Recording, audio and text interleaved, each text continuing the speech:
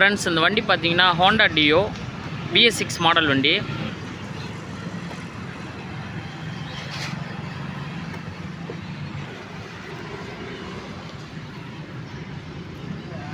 இந்த வண்டியில் பார்த்தீங்கன்னா ஒரு கம்ப்ளைண்ட் ஆகிருக்கு. என்ன கம்ப்ளைண்ட் பார்த்தோம்னா, நமக்கு சென்டர் ஸ்டாண்டு வந்து இது பார்த்தீங்கன்னா தெரியும், ஸ்ப்ரிங்கு மாட்ட முடியல.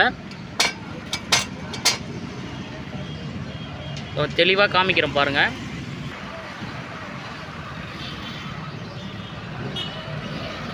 இந்த இடம் பார்த்தீங்கன்னா தெரியும். இது வந்து இந்த சென்டர் ஸ்டாண்ட் வந்து ஸ்ப்ரிங் மாட்டுற இடம். இந்த ஹோல்ஸ் வந்து இன்ஜின் கேஸ்லேருந்து இங்கே ஒரு ஸ்டெப்பு வச்சுருப்பாங்க. அந்த ஸ்டெப்பு வந்து இந்த ஹோல்ஸில் படிஞ்சிருக்கும். இது கட் ஆனதுனால என்னாச்சுன்னா, இந்த பின்னு வந்து ரொட்டேஷன் ஆகி இதனுடைய பொசிஷன் மாறிடுச்சு. இதனால் பார்த்திங்கன்னா நமக்கு ஸ்டாண்டு ஸ்ப்ரிங் வந்து மாட்ட முடியாது. இப்படி லூஸாக இருக்கும். இங்கே பார்த்தீங்கன்னா தெரியும், இந்த மாதிரி ஸ்ப்ரிங் வந்து லூஸ் ஆகிடுது. இதை நம்ம மாற்று வழியாக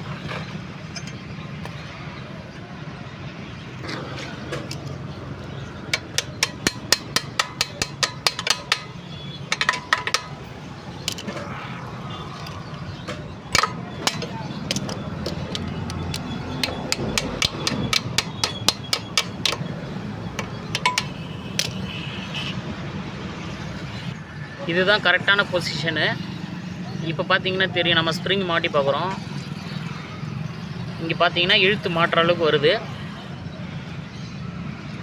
இப்போ நம்ம ஸ்ப்ரிங் இழுத்து மாட்டும்போது இந்த பிளேட் வந்து ரொட்டேஷன் ஆகிறதுனால ஸ்ப்ரிங் இழுத்து மாட்டினாலும் உங்களுக்கு லூஸாக இருக்கிற மாதிரி ஒரு பிரச்சனை வரும். இப்போ நம்ம இதை கழட்டி வெல்டு பண்ணணும்னா இந்த இன்ஜின் கேஸ் கழட்டி கொடுத்தா தான் இது அலுமினிய வெல்டிங் பண்ணி ரெடி பண்ண முடியும். இந்த பிளேட் வந்து ரொட்டேஷன் ஆகாத அளவுக்கு ஒரு மாற்று வழி நம்ம ரெடி பண்ணுறோம். அது என்னென்னு தொடர்ச்சியாக பார்ப்போம். ஃப்ரெண்ட்ஸ், இந்த பின்னு நம்ம வந்து வெளியில் எடுத்துட்டோம்.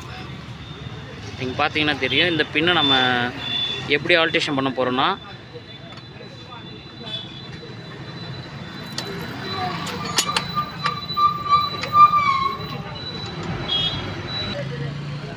இது பார்த்தீங்கன்னா இந்த பக்கம் இழுத்துட்டு போகாத மாதிரி நம்ம இந்த ஹோல்ஸுக்குள்ளே ஒரு கம்பி வச்சு இது கூடவே சேர்ந்த மாதிரி வெல்டிங் பண்ண போகிறோம். அதை வெல்டிங் பண்ணிவிட்டு தொடர்ச்சியாக பார்ப்போம்.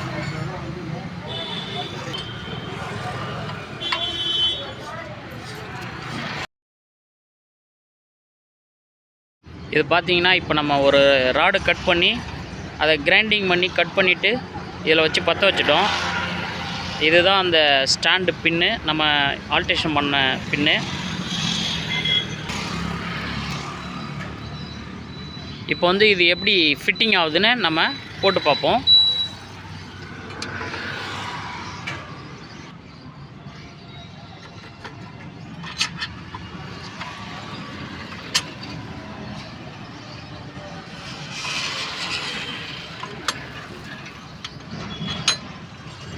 பார்த்தீங்கன்னா ஃப்ரெண்ட்ஸ், இந்த ஹோல்ஸில் படிக்கிற மாதிரி தான் நம்ம இப்போ ரெடி பண்ணியிருக்கோம். இதை நம்ம எப்படி ஃபிட் பண்ணுறோம் பாருங்கள். பின்னை ரொட்டேட் பண்ணி எப்படி போட்டுட்டோம்னா இது ஓகேவாயிடும்.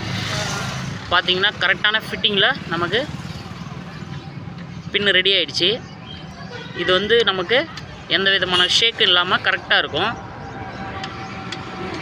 இதுக்கப்புறம் நம்ம ஸ்டாண்டு போட்டு ஃபிட்டிங் பண்ணி ஸ்ப்ரிங் இழுத்து மாட்டணுமா கரெக்டாக இருக்கும். இது பார்த்தீங்கன்னா ஒரு எளிமையான வழி இது.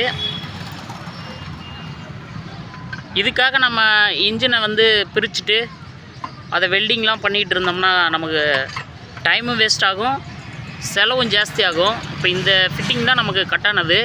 அதுக்கு மாற்று வழியாக நம்ம இந்த ஐடியா பண்ணி செஞ்சுருக்கோம்.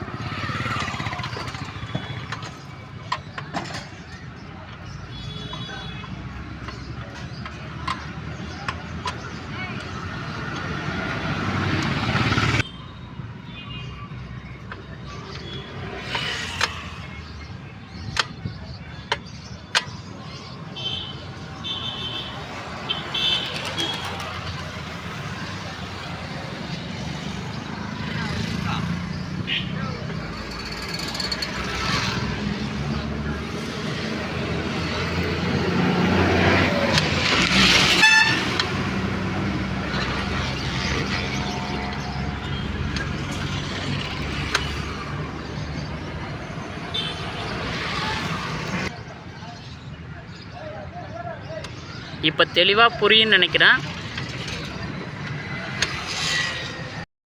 இப்போ பார்த்தீங்கன்னா ஸ்டாண்டு பின்னெல்லாம் போட்டு ரெடி பண்ணிட்டோம். ஸ்ப்ரிங் இழுத்து மாட்டிக்கலாம்.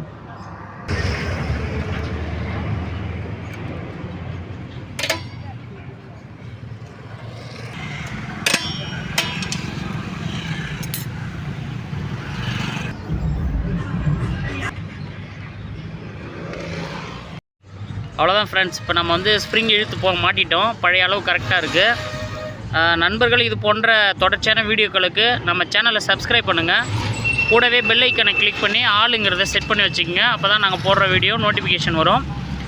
வீடியோ பிடிச்சிருந்துன்னா நண்பர்களோட ஷேர் பண்ணுங்கள். Thank you friends.